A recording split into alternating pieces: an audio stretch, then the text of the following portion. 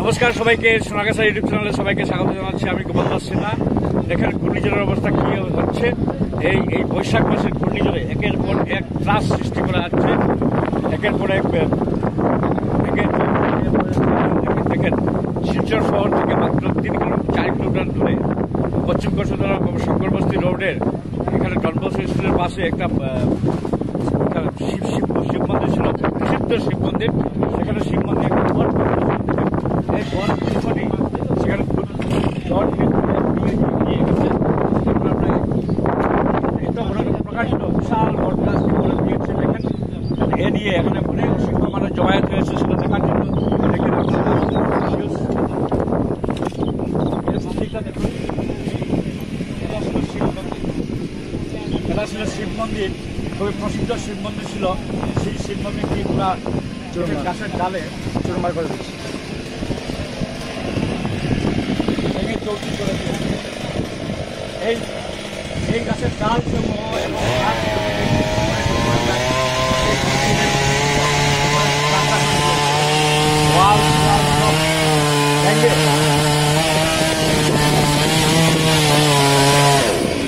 এটা ছিল শিব মন্দিরের স্থান।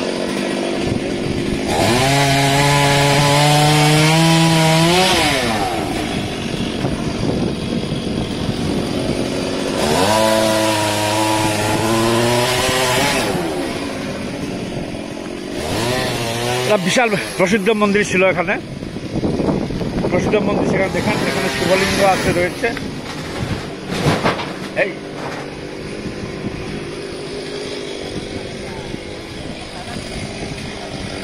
ভেঙে দিয়েছে। এখানে এই দৃশ্যটা দেখার জন্য অসংখ্য মানুষ, গ্রামের যুবকরা এখানে জমায়েত হয়েছেন। এই গাছটি দেখেন, এই গাছের নাকি 50 বছর হয়ে গেছে। ত্রিমাত্রিক কত বছর হয়েছে গাছের? এই গাছের বয়স হয়েছে 50 বছর। বিশাল বড় বৃক্ষ, রাস্তা পরিষ্কার করে নেওয়ার জন্য সেগুলো ঢাল কাটা।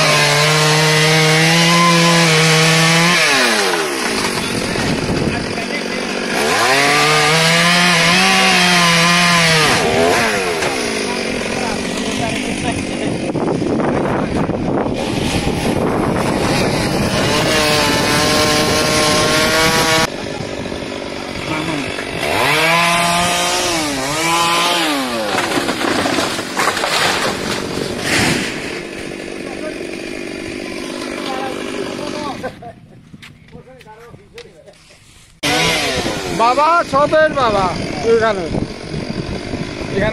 আমরা এখানে বসবাস করে আছি। আমরা এখানে এনজয় করি সপ্তাহ। এই বাবার আশীর্বাদে বাবার 50 বছর আগে দেখি আসি, পূজা করি। সব মানুষের